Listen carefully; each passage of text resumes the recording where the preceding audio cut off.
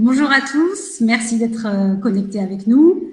On est ravis de vous accueillir pour un nouveau webinaire, celui qui va concerner notre cas lauréat de cette année dans la catégorie territoire à spécificité, à savoir Transform City. Donc, nous verrons la vidéo de la lauréate tout à l'heure.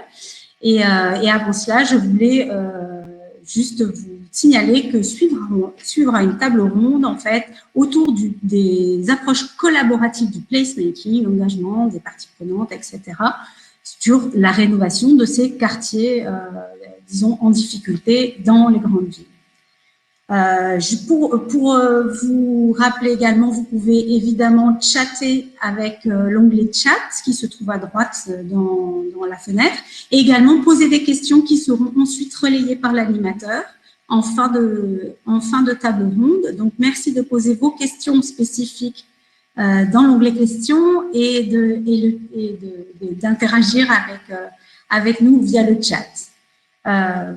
Pour l'instant, je vais demander à Camille de lancer la vidéo de notre lauréate, Saskia Beer de Transform City d'Amsterdam. Merci.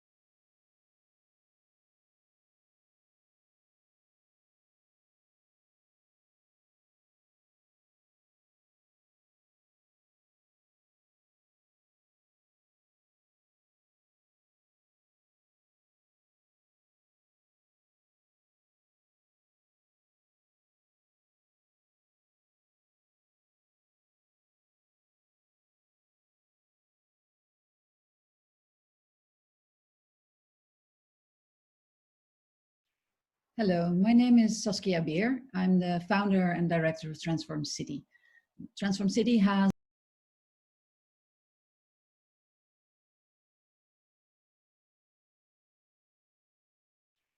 Hello, my name is Saskia Beer. I'm the founder and director of Transform City. Transform City has developed a new and collaborative approach and toolkit for large urban transformation projects. And this is grounded in 10 years of on-the-ground experimenting in Amstel 3, one of Amsterdam's largest and most complex transformation areas. Today, I'd like to share Amstel 3's story with you, highlighting some of the lessons I learned, and hope that they are relevant for you as well, especially in the uncertain and challenging times that we are facing at the moment. Now, if we look at Amstel 3 and we go back to 2010, when I first met the area, we see one of Amsterdam's major economic districts, 250 hectares monofunctional office district developed in the 80s, very well located along all kinds of infrastructure lines, but also facing a 30% vacancy rate. The municipality had made a large future vision for the area based on top-down active land policy, acquiring most of the real estate, demolishing a lot, making new master plan and tendering the plots to developers. But due to the crisis, they could not pursue that and had to somehow replace it by a model that was more facilitating and inviting to initiatives from market and society.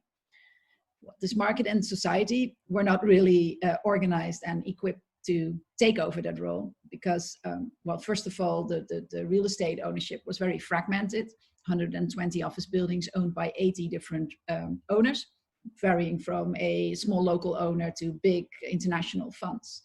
A few hundred companies, 26,000 people working there. They had no overview of what was going on, felt no real ownership, and also had no platform to exchange ideas or to build collaborations on. So a bit of a deadlock situation. And but also an interesting one, especially for me, because I also had to redefine my future plans, having lost my job as an architect right after graduation due to the same crisis.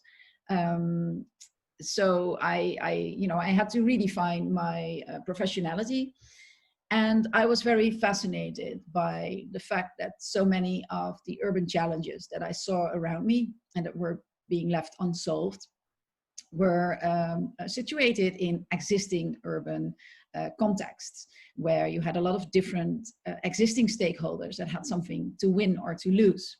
So my idea was, what if we would not like superimpose big future plans on these areas, but take the existing situation and characteristics in all its specificity, and step by step organize these different stakeholders around it to start, mobilizing them to make the area a bit nicer, more interesting over time, attracting new initiatives, investors, target groups, and transform the area together. And could I create my own job by somehow organizing that process? Nothing to lose. That's the good thing about the crisis. And I managed to bring in a small subsidy, especially for young designers redefining their profession and business model beyond the traditional client model. And I went to talk with the municipality and share my ideas about setting up a multi-stakeholder approach in that area, and also a multi-stakeholder business model. So thanks to the subsidy, also I could afford to say, like, okay, I don't need your money or commission, but I need your commitment as an alliance partner to somehow, together get this area into motion, and also, financially commit the other private stakeholders in the area to join in over time. We both had not much to lose, so we decided to give it a chance. Very lightweight and experimental agreement that we made, and with the idea, okay, no long-term promises, but we will be open and monitor this over time, and we'll make the best of it. So this is where it started, and how I came to adopt Amstel 3. But then how do you do that if you are just one person with no budget, no relevant network or other position in the area? I will just share my screen to give you a bit of an illustration about that.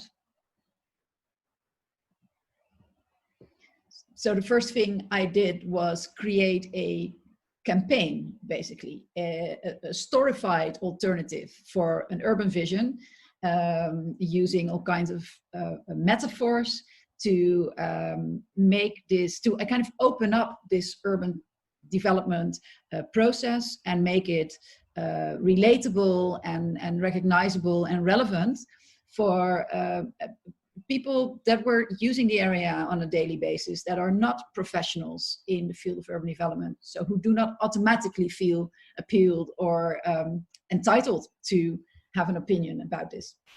So this was the Glamour Manifest, and the Glamour Manifest claimed the right to champagne on rainy Monday mornings, for example, and all other kinds of glamorous metaphors that used a lot of humor, but that were meant to trigger the imagination and to make people rethink their everyday environment and rethink possible futures for it.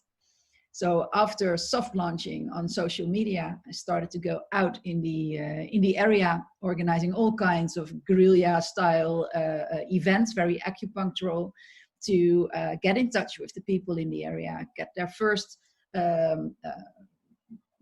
input about the area, but also gain the first trust, get their contact details so I could invite them for next events, asking them to bring their colleagues, over time growing a little bit of a community, reaching out to them on social media and starting over time to send newsletters. So it was growing a little bit from there, and also sending out press releases to also plant the first seeds for reframing the area as an exciting place full of potential.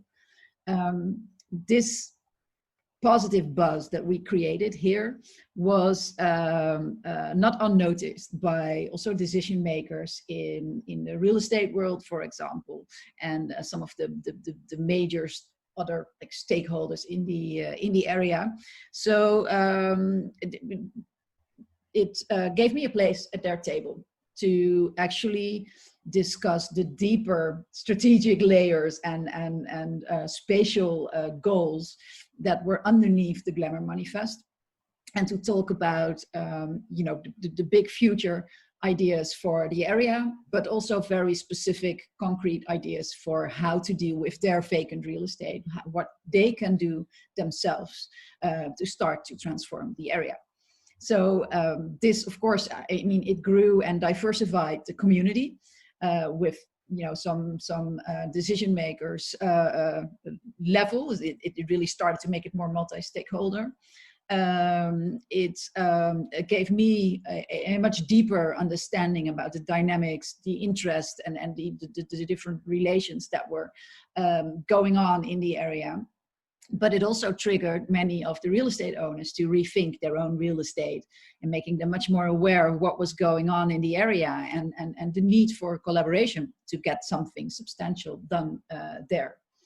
So as this network grew, started to put more content on the agenda, organizing all kinds of workshops and meetings where we invited everybody. So everyday users that I met during some of the interventions were sitting next to maybe the CEO of a big investment fund, and they would share their perspectives on the area, which gave a very interesting dynamics, highly appreciated by all of them.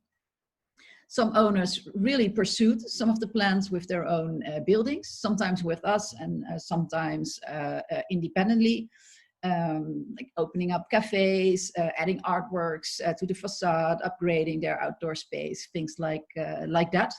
But over the years, and we're talking 2015 now, also the our network, our database, our deep local knowledge and understanding of the area, and of course our trusted position, really made us an interesting partner for the municipality to also organize a large co-creation process with a design team and the whole community to create a new future vision for the area, a very adaptive one. So very much about back and forecasting between today and 10-15 years, having all kinds of tools and interventions that both the municipality or owners could take individually or collectively, and also including some low-hanging fruit that we believed should be taken up immediately to kickstart this process and to keep the energy in there. We organized, well, again, workshops, but then around these specific low-hanging fruit projects to set up real project teams with budgets and plannings to really, get things done. Very interesting new layer yet again to our project, but it's also started to unveil our own vulnerability a little bit, because over time we had started to build a little bit of a business model around what we were doing by giving out memberships to the municipality, real estate owners, and other major stakeholders. But we were actually still a little bit centralized, even though we were community-based. Every stakeholder was like phoning us to ask us about, you know, connecting them or providing them with information. So it was actually pretty fragile, and also a lot of workload on our shoulders. So we somehow needed to distribute this and stimulate the self-organizing power in the area, and making it much more sustainable and resilient. So we turned Glamour Manifest into a foundation, ZoCity, that was much less about us as bottom-up actors, but much more about the area and the initiatives taking place there, making us more like moderators or curators, if you like. And at the same time, we started to develop the first prototype of our online platform that would allow the different stakeholders, including the municipality, to directly exchange data, plans, ideas, and resources through, for example, crowdfunding, to really set up collaborative projects and realize them while building a community and safeguarding it there online. So we developed this first prototype while also fine-tuning these low-hanging fruit projects so they could be the first content on the platform. When we launched the first prototype in 2016, we also started the first crowdfunding campaign for a large piece of wasteland next to the station. And we brought in almost 150,000 euros from the community, big and small contributions in kind, in cash. The municipality invested in the outdoor space. So we turned it into a temporary park with a pavilion and all kinds of social programming, showing the community what could be done if you collaborated and if you really like tapped into the community and utilized the network and the tools that were provided to you. So it really triggered a lot of new initiatives there as well. It also, the launch of the platform also got a lot of traction internationally. So we won awards, we had a lot of publicity, and suddenly many different cities worldwide were emailing me and showed their interest to work with the platform as well.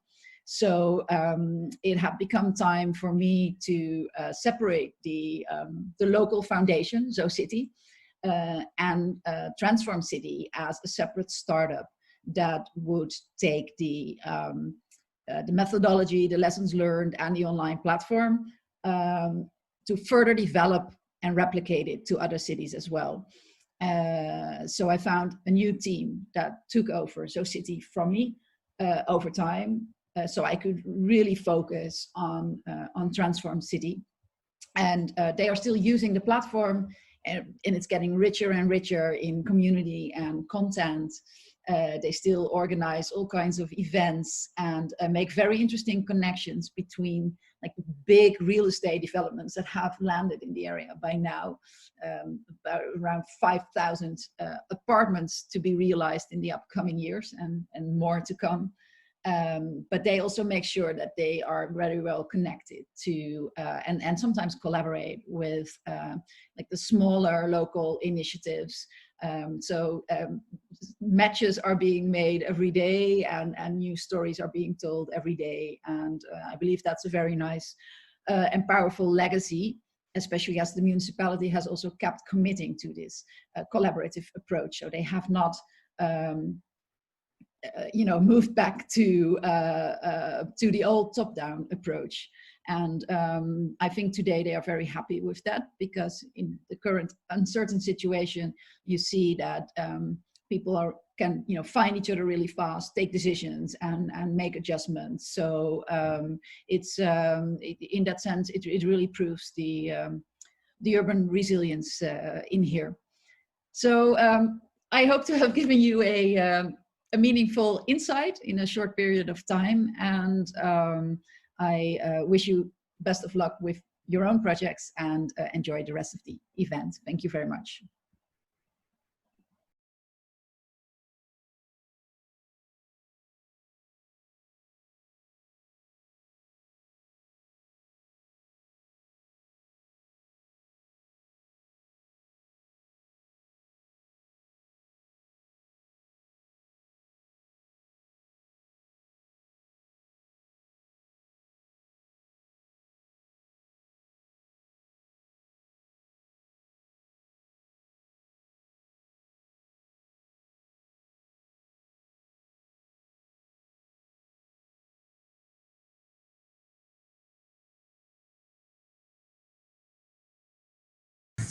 Mais non, mais j'ai pas réussi à monter.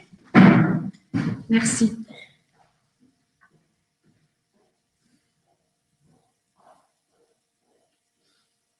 Alors, est-ce que... Bonjour à tous, désolée pour ce petit problème technique. Certains d'entre nous n'ont pas pu voir la traduction en fait de la vidéo, mais elle est disponible sur YouTube. Camille vous a bien mis le lien tout à l'heure. On va pouvoir passer maintenant aux échanges. Alors, je vous rassure, ils vont être en français.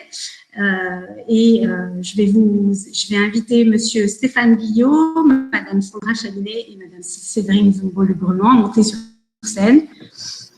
Alors, Stéphane Guillot, directeur du développement à Euroméditerranée, va pouvoir animer cet atelier, ce webinaire autour des démarches de placemaking collaboratif et d'implication des parties prenantes.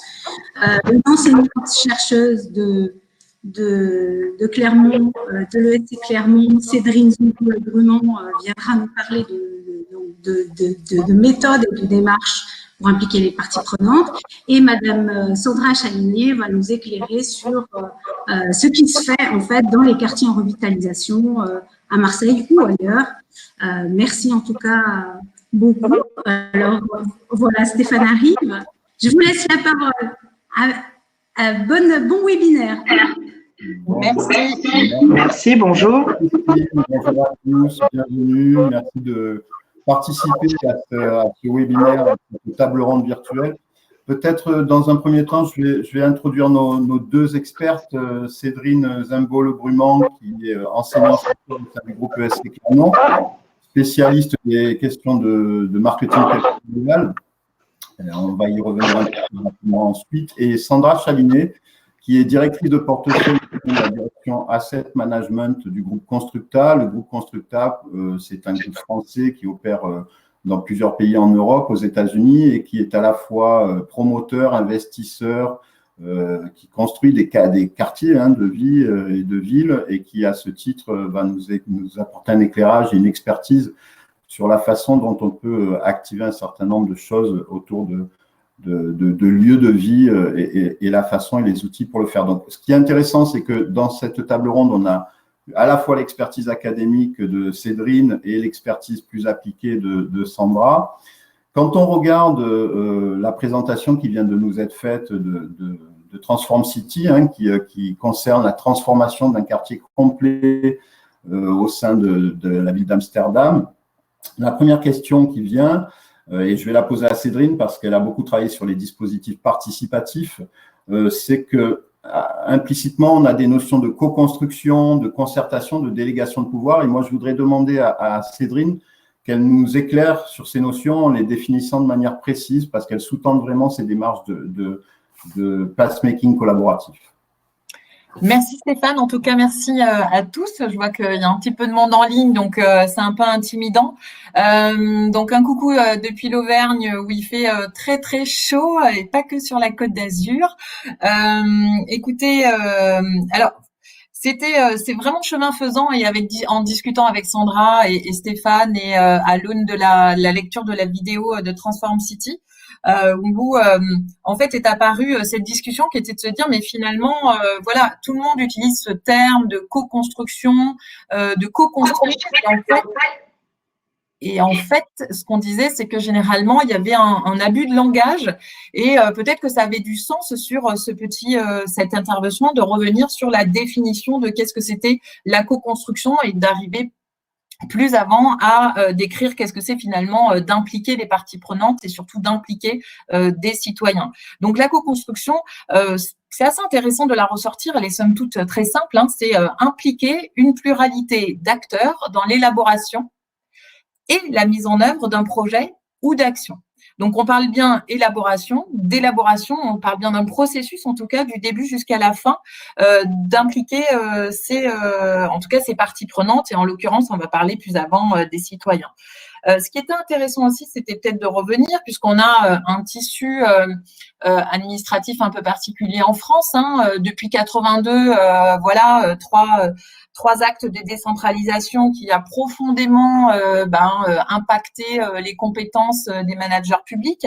On va dire qu'on est passé d'une logique de moyens à une logique de résultats qui a profondément induit une logique administrative qui est très très forte, mais qui reste, mais auquel s'est adjointe une logique managériale forte. Et la troisième, vous allez voir où j'en viens, une logique participative. On sait que les territoires, au travers de cette décentralisation, ont souhaité asseoir, développer leur attractivité. Il y a une forme de concurrence qui s'est accrue en fonction des territoires. Et finalement, la logique participative, elle avait deux objectifs. Un, créer de la proximité avec les citoyens. Et deux, essayer de développer, je dis alors essayer parce que ça a été fait avec plus ou moins de réussite en fonction des territoires, un sentiment d'appartenance des citoyens à ce territoire-là. Donc, avant de revenir un petit peu plus particulièrement sur la participation, ça serait une erreur de ma part que de ne pas regarder l'implication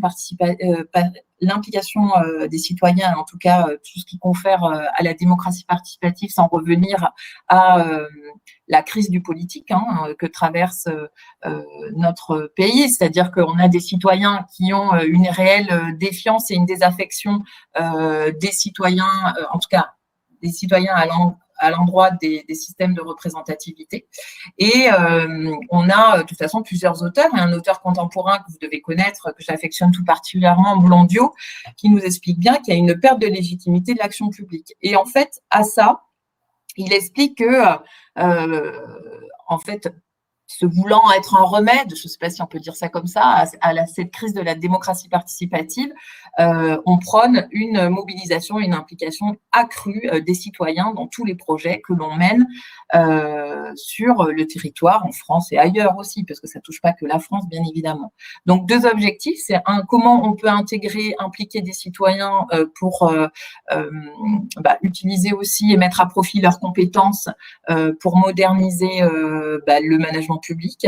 Et le deuxième élément qui est aussi de les faire contribuer à améliorer leur environnement de proximité, ce à quoi on va relier avec Transform City et tout l'aménagement urbain. Moi, je ne suis pas particulièrement spécialiste de l'aménagement urbain, mais en même temps, on va voir qu'il y a un point qui est très intéressant dans ce projet et qui est certainement un vrai facteur clé de succès, qui est la proximité. On en reparlera certainement tout à l'heure, parce que le niveau de granularité territoriale qui est la ville, le quartier, on verra, concourt à faire que ça permet de développer justement des dimensions intéressantes qui permettent véritablement d'impliquer les citoyens. Alors, on a discuté avec Sandra et Stéphane, et c'est vrai que il n'y a pas besoin d'aller chercher pléthore de définitions de la participation. C'est assez vieux, ça date de 1969. En fait, aux États-Unis, Sherry Arstein, peut-être que vous connaissez, ces travaux ont été énormément utilisés puisque toutes les échelles de la participation, pour avoir assez bien fouillé dans la littérature, de toute façon, elles ont été modeler ces échelles de la participation, mais elles prennent toutefois sur son échelle première. Donc, pour information, elle était assistante au secrétaire d'État de la santé aux États-Unis en 1969, et sa mission principale, en fait, c'était de mettre fin à la ségrégation dans les hôpitaux publics. Et bon an, mal an, elle a travaillé, et donc elle a essayé de se doter d'un outil, et donc qui est devenu une échelle qui nous permet justement d'évaluer la réelle participation des citoyens au projet participatif. Donc, je ne vais pas développer plus avant ça, mais ce qui était intéressant, c'était peut-être de vous présenter cette échelle qui est divinement d'actualité et qui fonctionne toujours. Vous pouvez regarder tous les programmes des campagnes municipales actuelles et passer au crible de cette échelle, et vous allez voir que cette échelle, elle est simple, elle est constituée de 8 barreaux découpés en 3 grosses familles. On va partir du bas pour aller jusqu'au haut. En haut, le niveau le plus bas, en fait, que l'on va appeler le niveau de non-participation, où on va intégrer tout ce qui va conférer à des mots qui sont parfois un peu durs à entendre, hein, mais qui touchent à la manipulation et la propagande, c'est-à-dire qu'on a des informations. Alors, je m'étais sorti ça pour surtout pas me mélanger les pinceaux. Voilà, c'est ça. On va dire que sur ce niveau le plus bas, on peut pas parler de participation puisqu'on est vraiment là juste, en tout cas, on distille de l'information, on donne, on informe, on est sur un niveau informationnel simplement. Donc, il n'y a absolument aucun niveau de délégation de pouvoir. Et c'est toujours intéressant de passer au crible les dispositifs de démocratie participative et des projets au travers de cette échelle. Et souvent, vous allez vous apercevoir que généralement, très souvent, on avait fait une statistique en Auvergne sous toute une étude et 60% des projets qu'on avait étudiés ne passaient pas ce premier barreau, la première partie du premier triptyque. On passe au deuxième niveau de pratique, donc là qui concerne l'information, la consultation. Donc là, on a un niveau supérieur, excusez-moi. On a un processus de consultation, mais qui reste somme toute parcellaire et qu'on peut peut-être qualifier même d'avorté dans ces projets, puisque généralement, il n'y a pas véritablement d'action enclenchée, il n'y a pas de changement, on est plutôt quelque part dans un statu quo. Donc, on est dans une participation parcellaire sur ce dernier niveau. Et sur le second niveau, excusez-moi, je vais y arriver. Et le dernier niveau, qui est la participation la plus effective, qui est le pouvoir effectif transféré et conféré aux citoyens. Alors en France, il y a plein d'initiatives qui s'y sont essayées. C'est pas facile. Je connais plus avant celles qui ont été développées en Auvergne par l'ancienne mandature où on parle véritablement de co-construction, d'implication des parties prenantes à partir du moment où on transfère le contrôle aux citoyens. C'est-à-dire que concrètement, des citoyens peuvent décider. Donc, rappelez-vous la définition de la co-construction, de l'élaboration à la mise en œuvre, avec un budget complètement délégué et avec une participation libre. Ça s'est traduit, pour exemple, et après on en rediscutera après sur d'autres exemples, typiquement en Auvergne, au travers de la marque Auvergne Nouveau Monde, il y avait une vraie velléité d'intégrer les citoyens auvergnats dans la création de cette marque de territoire. Donc, des citoyens, des représentants de citoyens ont été intégrés au conseil d'administration. Un budget j'ai plus en tête le montant, mais leur avait été délégué en totale partie, c'est-à-dire qu'ils avaient un total pouvoir et une délégation de pouvoir totale de l'association sur ce groupe de citoyens. Bien évidemment qu'il y avait une discussion, mais on peut voir au travers de cette échelle qui fonctionne divinement bien, même si elle est très datée. C'est vrai que c'est souvent, on dit oui, c'est assez vieux, mais finalement, ça marche assez bien et ça nous permet de voir que souvent, on passe pas le premier cap de l'information, tant et soit peu qu'on est sur de la consultation, mais on est rarement sur de la co-construction avec de la réelle implication des parties prenantes et des citoyens. Et ça, c'est un élément important, en tout cas, à prendre en compte, ce qui n'est pas le cas dans Transform City, parce qu'ils sont allés jusqu'au bout. Alors, pas avec la présence de citoyens dans les organes de décision, mais les citoyens avaient un petit budget qui était somme toute modique, mais sur lesquels ils avaient une marge de manœuvre. Voilà ce que si on peut revenir sur la partie co-construction, donc ça permet de revenir sur l'aspect définitionnel et s'apercevoir que souvent, généralement, dans ces démarches participatives, on est rarement dans de la co-construction, on est plutôt sur un niveau informationnel, voire consultatif. Alors, on voit bien les dispositifs participatifs, merci Cédrine, et la gradation de ces dispositifs participatifs. Concrètement, je travaille pour un aménageur qui aménage un grand espace sur Marseille de 500 hectares. Et effectivement, quand on veut transformer des endroits, on fait des master plans sur 10-15 ans où on va décider là de mettre du transport en commun, là de mettre du logement, là de mettre du bureau, de faire des solutions mixtes, du commerce, de la santé, de la culture, etc. On voit bien que effectivement ces dispositifs participatifs, ils sont relativement limités. On va faire de la concertation, mais rarement aller au-delà. En tout cas, le sujet aussi de ces démarches de placemaking collaboratif, c'est la transformation de l'espace. Et par rapport à ça, là, je vais m'adresser à Sandra. On voit que c'est une conception renouvelée de l'aménagement des espaces et une façon de faire émerger des nouvelles formes d'appropriation et de partage des espaces, en quoi ça transforme la vision d'opérateur sur cette émergence et sur ces projets de transformation d'espace, le fait qu'on associe de manière plus fine, de manière plus collaborative un certain nombre de parties prenantes, de stakeholders, comme diraient nos amis anglo-saxons. Donc, pour répondre à cette question, moi, je m'appuierai sur un exemple concret, un sujet dont je suis en charge depuis 2018 avec Primonial REM, la rue de la République à Marseille. Donc, Primonial REM a racheté fin 2017 environ 60% de la rue de la République. C'est un patrimoine intégrant du résidentiel pour 50%, du tertiaire pour 20% et du retail pour 30%. Donc, assez mixte. Cette rue est très longue. Elle est longue de plus d'1 kilomètre et elle est intégrée dans le périmètre d'Euroméditerranée. Elle a été créée il y a plus de 100 ans pour relier le Vieux-Port et le Nouveau-Port. Mais par ce fait, elle a coupé en deux un quartier et elle a séparé des quartiers historiques du cœur de la ville de Marseille. Elle a été un petit peu comme une cicatrice régulièrement ravivée par la paupérisation suivie d'expulsions massives au fil des rachats immobiliers et de repositionnements infructueux. À notre arrivée, ces friches commerciales étaient bien visibles et assurées de s'accentuer par les départs annoncés de plusieurs grandes enseignes mass market qui s'étaient installées quelques années auparavant.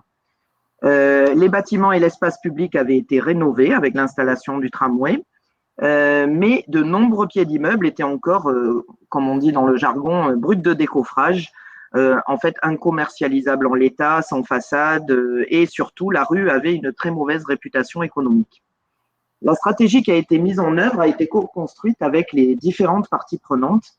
Ça a démarré donc à peu près au printemps 2018 avec un design thinking organisé avec à la fois les propriétaires, les gestionnaires, les commercialisateurs, l'agence de communication.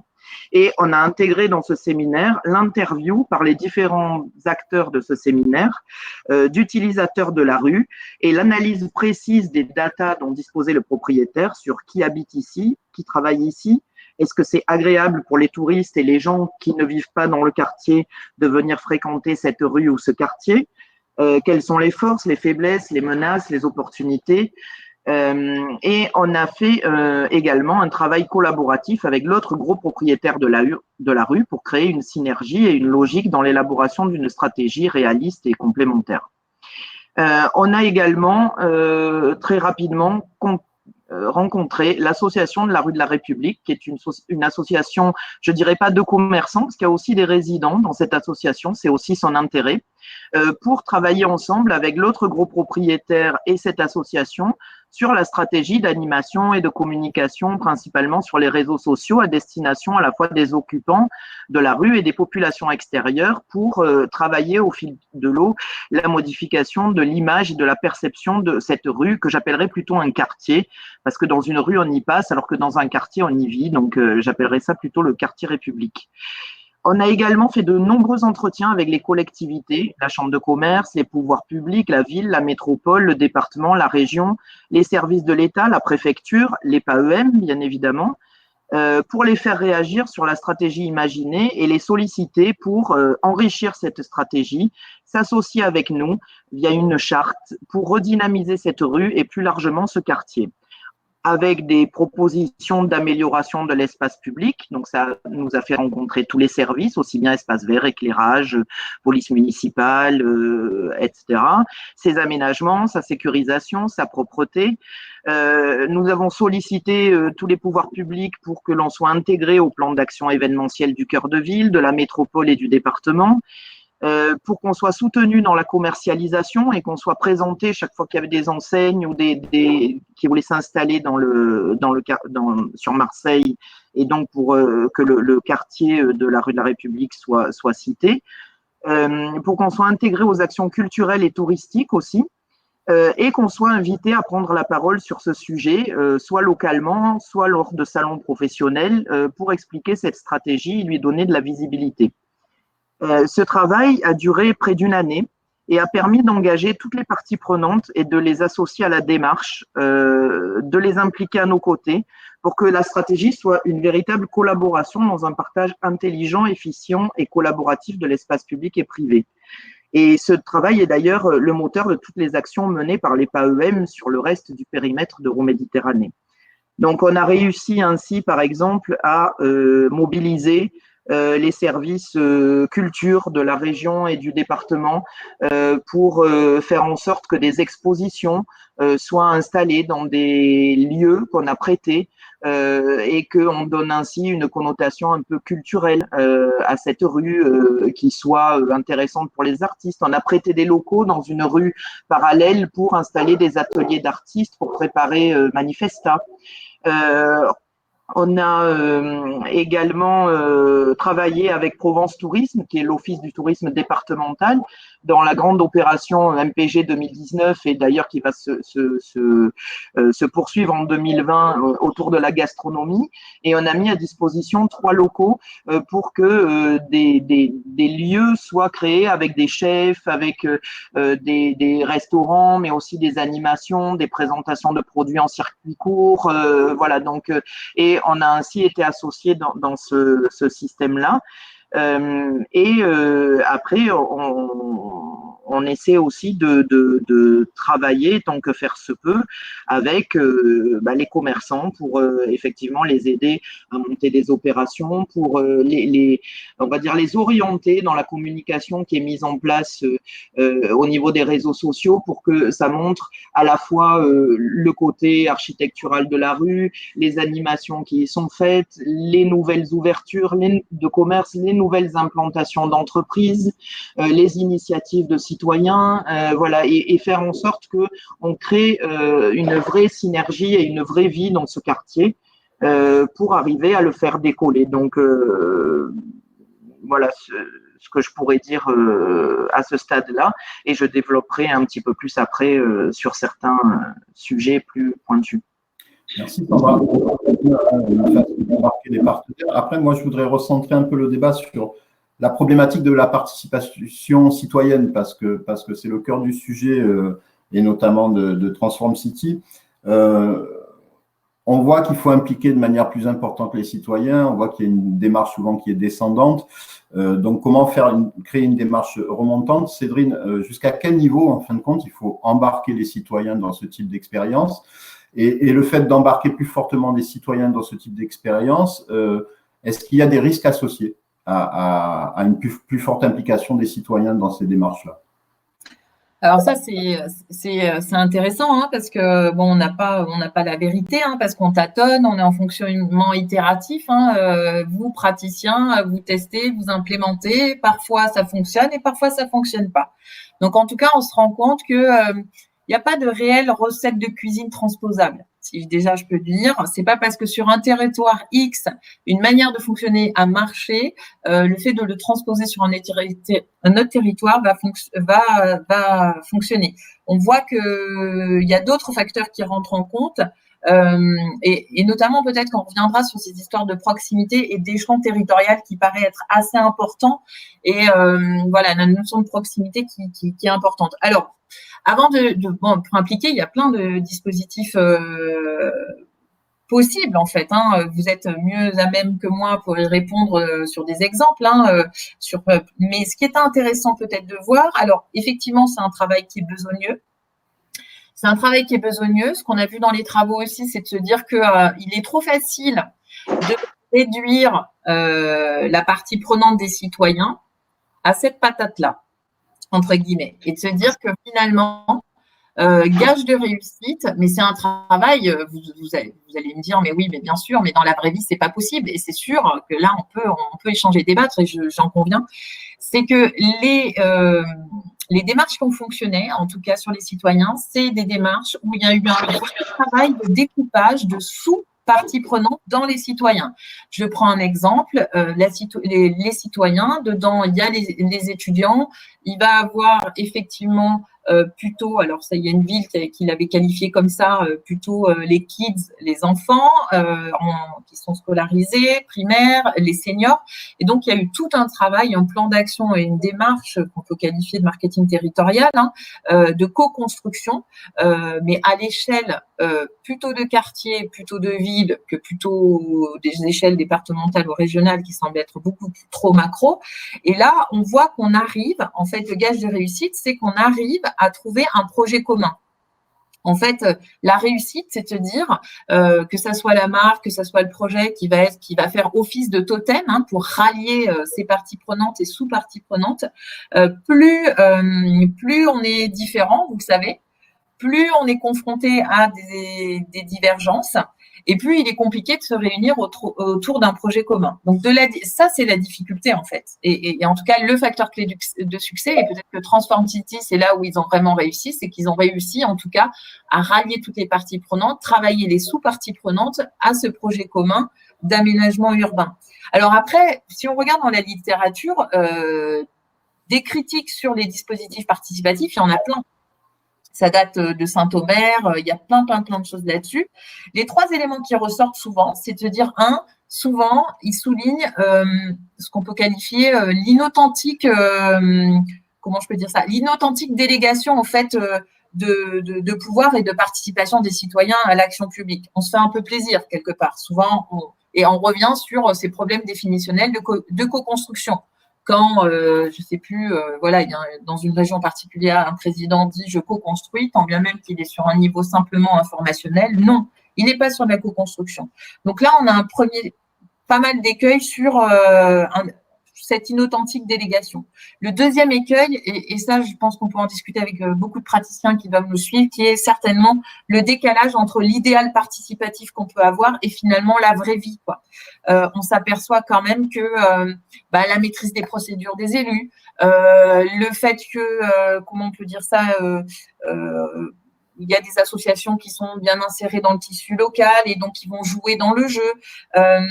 Par exemple, le flou des objectifs de la participation, tout ça concourt au fait qu'à un moment donné, il y a une espèce de décalage entre l'idéal perçu participatif et ce qui se passe dans la vraie vie. Donc, ça, c'est le deuxième élément. Et le troisième élément, il y a de la littérature qui commence à arriver, qui montre que parfois, il vaut mieux s'abstenir que de faire. Et effectivement, parfois, ça paraît être très compliqué et d'impliquer des citoyens qui peuvent devenir, comme on appelle, ça a été appelé comme ça, catégorisé, c'est le mot qui a été choisi, des distracteurs. Donc, c'est-à-dire des citoyens qui étaient vraiment à l'initiative de projets, qui étaient vraiment fervents défenseurs, très mobilisés, mais qui, à partir d'un moment où ils se rendent compte qu'ils sont purement que sur le niveau bas de l'échelle, que sur de l'information, que sur de la consultation, qu'on ne prend pas soin de prendre en compte leurs avis. Et je ne parle pas de délégation totale de pouvoir là. Et donc là, à partir de là, il y a plein d'exemples en France. Moi, j'en ai aussi un particulier en Auvergne, d'un groupe de citoyens qui s'était déclaré, en tout cas, fervent défenseur d'un projet collaboratif à l'échelle d'une rue. Il y a eu des distensions sur ce projet-là. Et donc, ce groupe est sorti et donc est devenu un opposant au projet. Donc, d'où l'importance de bien identifier ces parties prenantes, de ne pas s'arrêter à une vision macro des citoyens, de se dire qu'il y a tout un travail de maillage à faire dans des sous-catégories de parties prenantes et de bien identifier le plan d'action que l'on va pouvoir mettre en place en fonction de toutes ces sous-parties prenantes. Mais si on se parle, on est bien d'accord que ça, c'est un travail minutieux, de fourmi, avec une temporalité qui parfois ne correspond pas du tout à la temporalité, faut se dire des choses électorales fixées par le politique. Donc, on accélère et parfois on rogne sur ces étapes-là et ça, c'est un danger. Et en tout cas, c'est des conditions qui amènent à l'échec de ces démarches participatives. Très bien, donc on voit bien en fait le niveau de finesse sur lequel il faut descendre pour obtenir des résultats. Et ces résultats, notamment, là je je m'adresse à Sandra, ces résultats, notamment, on doit les retrouver en termes d'attractivité, je pense, que ce soit de l'attractivité économique, culturelle, résidentielle. Ces nouveaux modes d'organisation, est-ce qu'ils ont un impact en termes d'attractivité réellement, ou ils sont uniquement microcentrés, endogènes, voilà, ils n'ont pas réellement d'impact et du coup, ils n'attirent pas plus que ça d'activités nouvelles, de nouveaux résidents et de nouvelles entreprises? Alors, moi, je dirais, pour avoir maintenant un recul de un peu plus d'un an sur le projet dont je parlais tout à l'heure sur la rue de la République, on n'est pas, nous, sur effectivement une participation citoyenne complète au projet, avec une prise de pouvoir, etc. Déjà, parce qu'on a bien compris qu'entre propriétaires privés et pouvoir public, il n'y avait déjà pas de possibilité de délégation de pouvoir entre les deux. Donc, aller impliquer les citoyens là-dedans, dans les prises de décision, effectivement, en timing et en organisation, c'est très compliqué. Par contre, les citoyens et les populations extérieures, tout ça, sont, je veux dire, consultés, interviewés, on connaît leurs attentes, on sait ce dont ils ont besoin, et c'est plus là-dedans qu'on va nous parler de collaboration et de co-construction, donc c'est peut-être pas le terme académique, mais en tout cas c'est en ça qu'on les intègre, et de fait si on répond à leurs besoins, forcément après ils vont s'approprier ce qui a été conçu. Donc moi il y a un livre que j'aime beaucoup pour justement arriver à impliquer toutes les parties prenantes dans un seul et même objectif, c'est de faire basculer, parce que c'est quand même bien ça l'objectif, c'est pas juste de se faire plaisir, c'est de faire basculer en termes d'attractivité économique, culturelle et résidentielle le projet urbain sur lequel on travaille. C'est pas juste pour faire de la co-construction, voilà, et de faire un terrain d'expérimentation, même si effectivement, comme l'a dit Cédrine, souvent on tâtonne et on expérimente, hein, on n'a pas la science infuse. Il y a un livre que peut-être certains d'entre vous ont déjà lu de Malcolm Gladwell qui est Le point de bascule, et qui est très intéressant à lire parce qu'il permet de comprendre comment on peut faire une grande différence avec de toutes petites choses et créer, provoquer une espèce d'effet boule de neige pour faire qu'un projet urbain imaginé devienne une réalité. Et c'est un peu ça qui a été utilisé sur la rue de la République, et ce mode d'organisation qui a essayé d'être mis en place. On s'est appuyé en fait sur nos connaissances de la rue et nos interviews, donc sur la population qui a été identifiée comme étant plutôt des jeunes cadres dynamiques, des étudiants, des seniors qui étaient en recherche de contact, de partage. On a la proximité d'incubateurs qui abritent des startups, donc aussi avec des jeunes un peu actifs et en effervescence et très innovants. Des activités innovantes aussi qui se sont inscrites dans le partage et qui ont choisi cette rue pour installer leur premier concept ou leur première implantation de Marseille. Alors, je pense au coworking, au co-living, les espaces festifs partagés comme Babel Community qui a créé là son premier concept. On a nous des concepts commerciaux comme Labo et Gâteau qui sont beaucoup autour de partage, autour de la cuisine. Starbucks, qui est un exemple quand même d'espace partagé et où on peut se poser et travailler, etc. Et Lovit, qui est devenu Newton Offices, espace de coworking innovant, des bars branchés, des lieux festifs, des expositions culturelles, des ateliers d'artistes, j'en parlais tout à l'heure. Et tout ça se fait sous forme de lieux pérennes ou éphémères. Voilà, ensuite, on a des lieux aussi comme le NH Hotel qui dispose d'une brasserie conviviale au rez-de-chaussée, mais on a des résidences étudiantes et auberges de jeunesse qui commencent à s'installer dans ce quartier, nouvelle génération, et c'est autant de lieux qui favorisent les échanges de façon très conviviale et qui permettent de mettre en place une sorte de branchitude, de créer un bouche à oreille sur un quartier agréable à vivre, de créer une image positive et un quartier où il fait bon vivre et partager et où les gens ont envie de s'installer, de venir. Et là où moi je sais qu'au départ, chaque fois que je parlais de la rue de la République, on me disait ah non, nous on veut pas y aller, là ça ne nous intéresse pas du tout. Maintenant on commence à avoir beaucoup de demandes entrantes. Donc de gens du quartier qui du coup on parle à d'autres et qui font que les étudiants ont envie d'y vivre, que le coworking se développe, que des nouveaux concepts et des créateurs de concepts ont envie aussi de s'installer rue de la République parce que l'image est en train de changer. Si je prenais un exemple autre qu'à Marseille, celui que j'aime bien, c'est Shoreditch, qui est un quartier de l'Est londonien et qui est très intéressant à développer. Donc là, j'aurais pas le temps, je pense, de développer complètement, mais qui, à partir d'un quartier aussi très paupérisé, dans lequel les terrains n'avaient plus aucune valeur, dans lequel les gens ne voulaient plus venir habiter, des structures éphémères, alors soit éphémères des fois qui durent 3-4 ans, hein, pas que éphémères un mois, hein. Des lieux ont été installés sur des terrains qui ont été prêtés par des propriétaires parce que propriétaires bien conscients que c'était là un investissement qu'ils faisaient à moyen terme, c'est-à-dire que les structures qu'ils autorisaient à s'installer sur leur terrain de façon provisoire, mais qui pouvaient après se déplacer peut-être sur d'autres terrains qu'ils avaient aussi, faisait que le quartier allait se transformer, devenir complètement autre chose, que les citoyens allaient se l'approprier, que les gens de l'extérieur allaient vouloir venir y habiter, que les touristes allaient venir le fréquenter, et que donc leur terrain, au bout du bout, il prendrait une valeur complètement différente pour peut-être y construire du résidentiel, de l'hôtellerie, y faire venir des entreprises qui ne seraient jamais venues avant.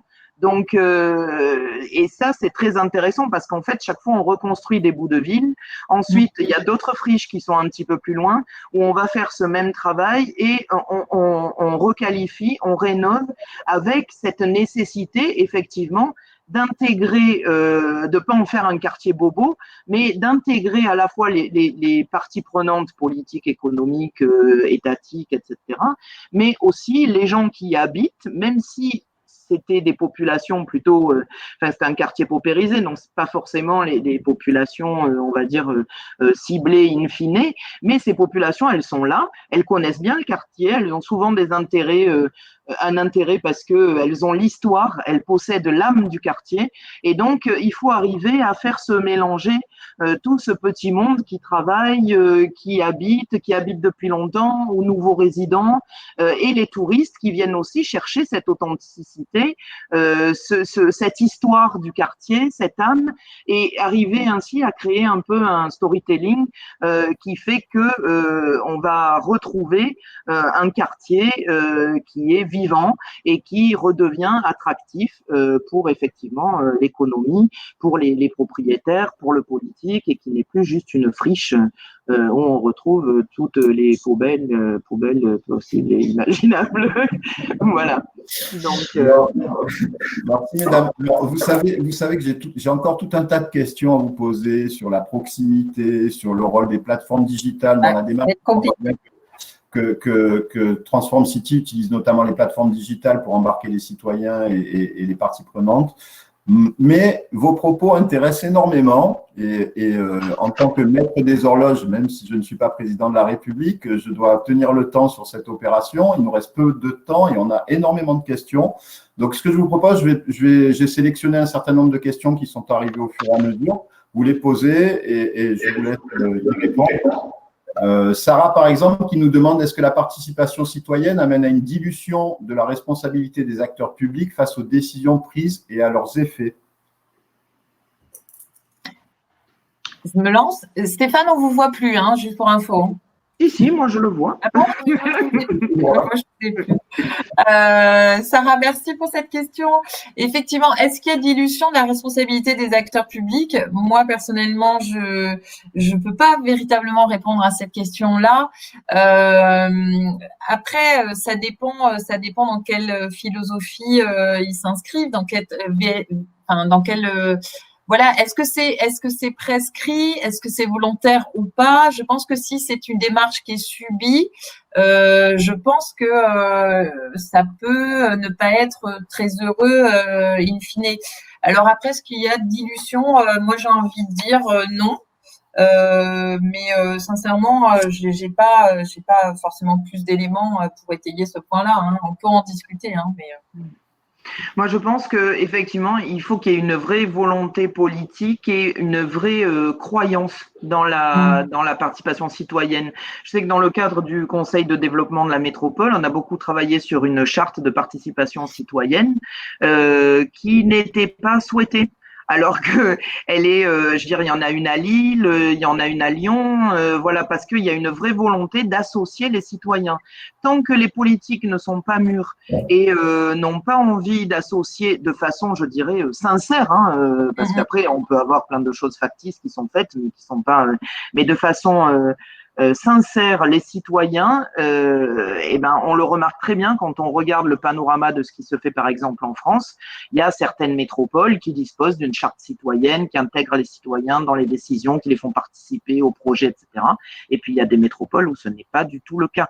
Donc voilà, je pense que de toute manière, il faut déjà qu'il y ait une appropriation de la démarche et une volonté de la mettre en place, mais je pense pas non plus qu'il y ait de dilution. Au contraire, je pense qu'il y a un enrichissement et c'est un levier de développement et une force qui, à mon avis, est intéressante à saisir par les politiques. Il y a effectivement, mais il y a un peu de méfiance. Il y a une petite intervention de Vincent Golin qui est effectivement tout à fait pertinente, qui dit qu'effectivement le parfois il y a aussi le conflit d'usage entre les parties prenantes locales, les parties prenantes externes. C'est tout à fait vrai. Personnellement, récemment, j'ai travaillé sur la station thermale de Néry-les-Bains. On a été appelés, nous, en tant que chercheurs, pour essayer de comprendre. Bon, ils ont fait face à une fermeture de site suite à une infection. J'allais dire nosocomiale, ce n'est pas du tout ça, une bactérie. Et en fait, il y a eu énormément de tensions. Et là, ce que Vincent Golin touche du doigt, effectivement, c'est de se dire en même temps, voilà, on a fait face à des habitants qui nous disaient, mais vous êtes sympa, nous, on n'a pas envie qu'il y ait plus de touristes qui viennent à Néry-les-Bains parce que on paye des impôts et ces impôts, nous, on préférerait qu'on ouvre plutôt une piscine municipale pour nos enfants que plutôt que l'on mette des sous pour la réfection des termes. Donc ça, c'est compliqué et effectivement, c'est tout l'enjeu de construire un projet commun et de se dire que, alors c'est pas simple, hein, il y en a plein qui s'y essayent, mais en tout cas à Néry-les-Bains, ils essayent actuellement justement de détricoter toutes ces parties prenantes, de bien comprendre quelles sont les motivations de chacune de ces parties prenantes. Ils ont travaillé aussi sur ce qu'on appelle les zones de pouvoir de chacune des parties prenantes pour essayer de comprendre comment ça se maille sur le territoire et essayer de faire qu'ils arrivent à bâtir un projet commun. Mais voilà, on est bien d'accord que entre les propriétaires privés qui louent leur habitation via Airbnb, ils sont en totale concurrence avec les hébergeurs, par exemple, privés. Donc ça crée des tensions. Voilà, donc il faut trouver le projet qui va permettre, qui va faire que tout le monde se rassemble autour. Mais ça, c'est pas simple. Hein. Alors, il reste 2 questions en fait. On a le temps encore pour 2 questions. Moi, je vais récupérer les questions qui ont reçu le plus de votes. La première est de Sarah, qui nous demande comment manager la diversité des citoyens, notamment dans des quartiers dits sensibles, où parfois des individus peuvent s'auto-censurer pensant qu'ils ne sont pas compétents ou légitimes sur ces questions. Ah là là, on en a parlé de ça. Ouais. Ouais. Donc, parce que mais vas-y, Sandra. Moi, je dirais que ce qui est difficile, c'est ce qui était fait jusqu'à présent. C'était par exemple les réunions publiques, des choses comme ça, où en fait on s'aperçoit qu'il y a toujours les mêmes personnes qui viennent et que du coup c'est pas forcément représentatif de l'ensemble. C'est vrai que les réseaux sociaux permettent justement cette ouverture sur des gens qui ne se seraient peut-être pas exprimés. Après, moi je pense qu'il faut vraiment un mix de tous les moyens parce qu'en fait les réseaux sociaux, pour les seniors ça va peut-être pas être évident parce qu'ils sont pas très digitalisés, etc. Par contre, les réunions publiques, ils vont peut-être préférer ça. Encore faut-il les faire à des heures où ils puissent venir.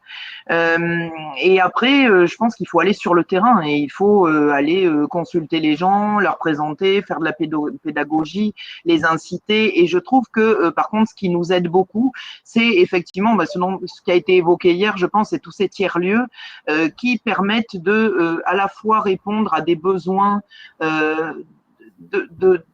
de toutes les populations, de tous les citoyens, touristes, etc., qui vont. Il y a un exemple, par exemple, de tiers-lieu à Lyon, sur Gerland, qui est la commune, qui justement aime, se positionne sur cette mixité sociale et qui donc va être un lieu où les gens viennent, se mélangent. Ça, et donc, c'est peut-être dans ces lieux-là qu'il faut inciter aussi à des échanges, à des tables rondes, à des moyens d'expression pour arriver à prendre en compte les besoins de chacun, même si on ne les met pas au pouvoir, mais au moins comprendre ce qu'ils attendent et ce qu'on peut faire pour répondre à ces besoins-là. Voilà, moi, c'est ce que je dirais sur cette thématique-là. Merci, Sarah. Dernière question, je vois que Cédrine a commencé un peu à y répondre. Je prends l'ordre des questions en termes de vote. Donc, la deuxième question qui a obtenu le plus de votes, c'est celle de Laura, qui nous demande si la participation citoyenne est-elle un prérequis à tous les moments d'un projet. Est-ce qu'il y a des phases par rapport au projet de cette participation citoyenne et est-ce que cette participation citoyenne nécessite une phase préalable d'information et d'acculturation aux thématiques qui sont abordées? Oui, en fait, c'est oui à tout. Donc, c'est-à-dire qu'effectivement, dans les projets qu'on a pu étudier, ceux qui performent le mieux, c'est ceux où, justement, les citoyens sont impliqués dès le départ et surtout, il faut que l'on puisse utiliser un langage commun. Il faut le fabriquer. Donc, pour ça, il faut construire quelque part un espèce de livre blanc, un vocabulaire commun, sur lesquels on va pouvoir s'entendre. Et ça, moi, souvent, on recommande ça, c'est une préphase avant de tout démarrage de projet, qui est quelque part, on peut appeler ça, ce que je mettais comme une formation, en fait. C'est-à-dire comment on va travailler, comment vous allez pouvoir vous immiscer dans ce projet, comment vous allez pouvoir prendre la parole. On s'est aperçu que, je sais plus, c'est Sarah qui disait effectivement comment manager la diversité, c'est très compliqué. On sait très bien qu'il y a une autocensure, mais et d'autant plus sur la cible et la cible, si on peut parler, par exemple les femmes actives. Qui aujourd'hui ont très peu de temps à consacrer à l'implication, à s'impliquer dans des projets collaboratifs. Donc, comment est-ce qu'on va recueillir leurs paroles? Comment est-ce qu'on va faire qu'elles soient une véritable partie prenante? Donc, il y a des projets qui se sont mis en route avec toute une phase au préalable de formation. C'est-à-dire qu'ils ont bâti ce fameux livre blanc, une manière de travailler, une manière de discuter.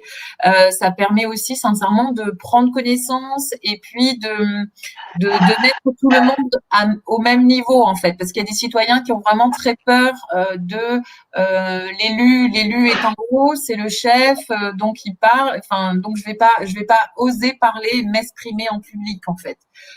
Et pour autant, ils ont plein de choses à dire. Donc voilà, pour répondre rapidement à Laura, oui, il faut impliquer les citoyens à toutes les étapes. Et oui, il y a une phase préalable d'information, d'acculturation, de compréhension du projet pour que tout soit clair, en fait. Moi, j'aurais juste rajouté quelque chose, et notamment la question a été posée par Nathalie Boissé. Les freins dans cette participation citoyenne et dans cette co-construction, c'est souvent les temps qui ne sont pas les mêmes entre les uns et les autres.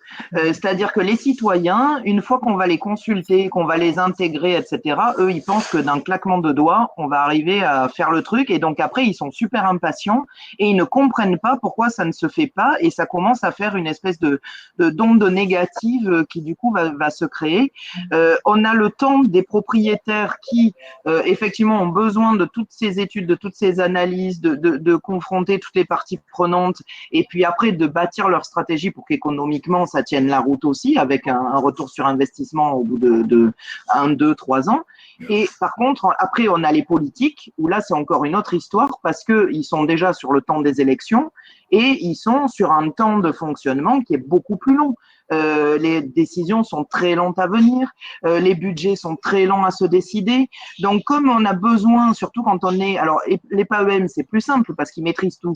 Mais au niveau d'un centre-ville, comme par exemple la rue de la République, l'espace public, on ne le maîtrise pas. C'est-à-dire que nous, on peut demander, on peut solliciter, on peut intégrer, mais on est sur des temps qui sont très très longs et qui sont en plus des fois bouleversés par des changements politiques et par des choses qui font que la pédagogie, il faut la recommencer et donc on perd un temps fou à faire tout ça et on crée la déception.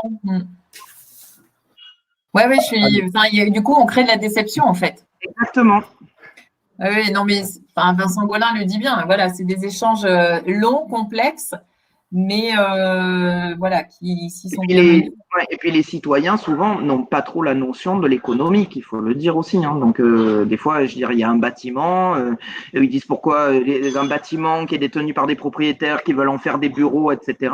Et il y en a qui disent des fois pourquoi on n'en fait pas un grand parking, quoi. Enfin bon, voilà, tout à fait pareil, quoi. Voilà, donc il y a des attentes après qui sont pas compatibles avec la réalité économique des choses.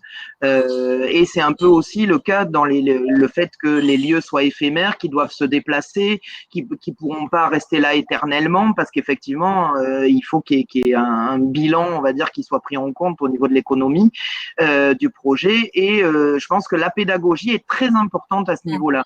C'est-à-dire qu'au démarrage, il faut déjà expliquer ce qui va être éphémère, ce qui va être pérenne, combien de temps ça va mettre, pourquoi ça met du temps, à quelle échéance ça va être finalisé, expliquer les freins aussi qu'il peut y avoir au développement du projet. Et là, du coup, je pense qu'on atténue la déception et les revers de bâton qu'on pourrait se prendre du fait des attentes insatisfaites par rapport à l'expression qui a été, on va dire, assumée et gentiment communiquée par les citoyens. Écoutez, beaucoup de sujets ont été abordés. On a dépassé un peu le temps, mais je pense que c'était excessivement intéressant. Il y a encore beaucoup de questions en suspens. Ça veut dire qu'il faudra peut-être créer une autre table ronde prochainement pour pouvoir continuer sur ce travail et ces réflexions. Moi, je voudrais simplement vous dire, et avant de vous remercier, mesdames, pour votre contribution efficace et très intéressante, que Euroméditerranée porte une expérience d'urbanisme transitoire qui s'appelle MOVE. En beau provençal, MOVE, ça veut dire Massilia Open Village Experience, où on est en train de travailler sur des parties d'un territoire qui sont en gestation, en transformation, et qui ne sont pas encore en phase de réhabilitation complète et pérenne. Et dans ce cadre-là, on est en train de tester un certain nombre de modèles de laboratoires éphémères d'expérimentation, de modèles à la fois économiques, sociétales, culturels, citoyens. Donc, je vous invite on a un chef de projet dans l'équipe dédiée qui s'appelle Claire Cassi. Je crois qu'elle est connectée. J'ai vu son nom tout à l'heure dans les personnes participantes. Je vous invite à regarder cette expérience MOVE parce que nous, on a démarré ça et que ça commence à être probant en termes de résultats, mais on sera capable, Euroméditerranée, d'apporter un certain nombre d'éléments, certainement dans 24 à 36 mois, sur la façon dont on a pu poser ce type de projet, comment on y a embarqué les citoyens, comment on y a embarqué toutes les parties prenantes du périmètre territorial sur lequel on travaille et quels sont les freins et les réussites de cette expérience. Je voudrais simplement vous remercier, mesdames. Voilà, ça a été un plaisir de préparer cette table ronde avec vous, d'échanger avec vous. Je pense que la discussion a été nourrie et très intéressante. On a dépassé largement le temps qui nous était imparti et on pourrait encore continuer pendant une bonne demi-heure parce que j'ai tout un tas de questions à vous poser, mais on est obligé de se quitter maintenant. Merci beaucoup pour cette contribution, pour ces échanges. Et puis, bien entendu, je pense que nous restons disponibles pour tout complément auprès des personnes qui ont assisté à ce webinaire. Je vous souhaite une excellente fin de journée à tous. Merci à tout le monde. Merci à toi, Stéphane. Merci beaucoup et bonne journée. Bonne fin de journée. Merci. Au revoir.